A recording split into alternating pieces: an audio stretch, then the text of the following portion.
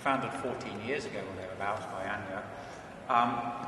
First of all, what we offer is it's very distinctively philosophy as an academic discipline. It's not philosophy as therapy or philosophy as surrogate religion or anything like that. It's philosophy as an academic discipline. Much as you get in universities, obviously you want to adjust the level of presentation because the style of presentation, not necessarily level, but style, because the audiences are mixed. Some have a philosophical background and some don't.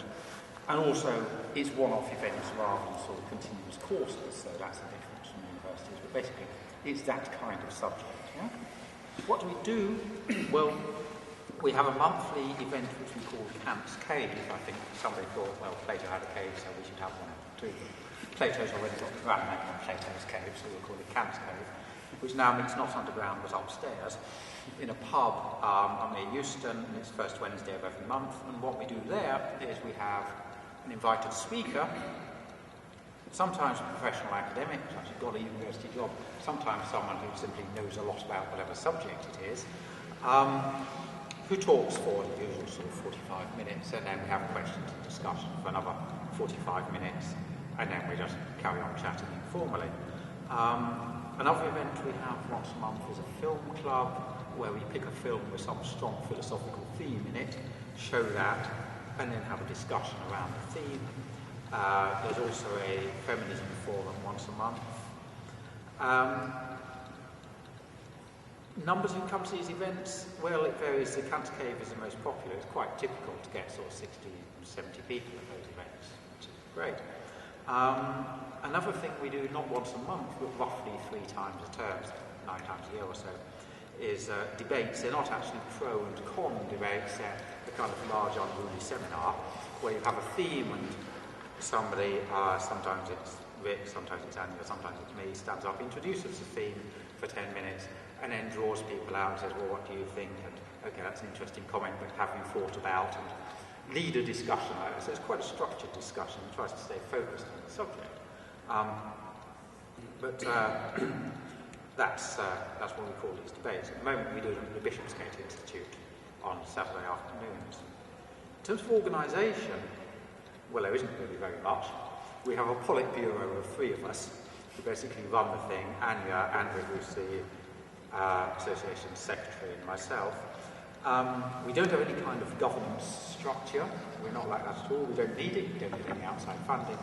And also, we simply work on the basis of, well, yeah, we'll put something on and we'll see what audience we get. If people like us, they'll come to it. If they don't, then they won't. And that kind of sort of, are we getting the demand for our events, is what steers us and keeps us on track. And in conjunction with that, we don't think of ourselves particularly as a club with a fixed membership. We think of ourselves more as event organisers. And yes, there are some people who come to lots of our events.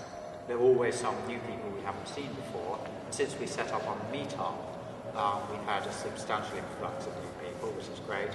But we don't think of them as sort of members of our club, loyal to our club in that sort of sense. We just like them to turn up for things.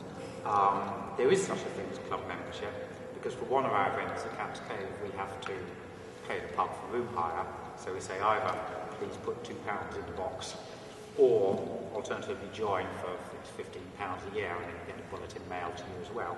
Although everybody can find out about our events just by going to our website, which is pfalondon.org, by the way, PFA for Philosophy for All, pfalondon.org.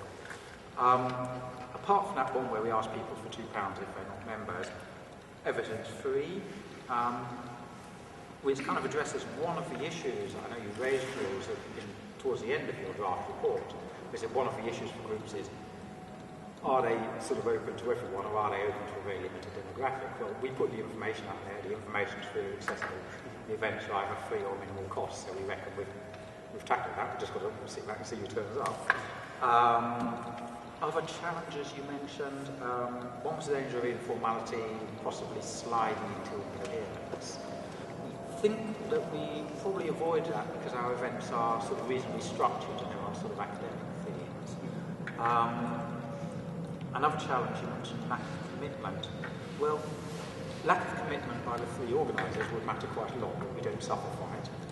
Lack of commitment by the people who come to our events There's no particular sign of it, and in any case it wouldn't particularly matter because they're all one-off events, yeah? It's not like a course where you need to come to 12 in a row in order to get to the point.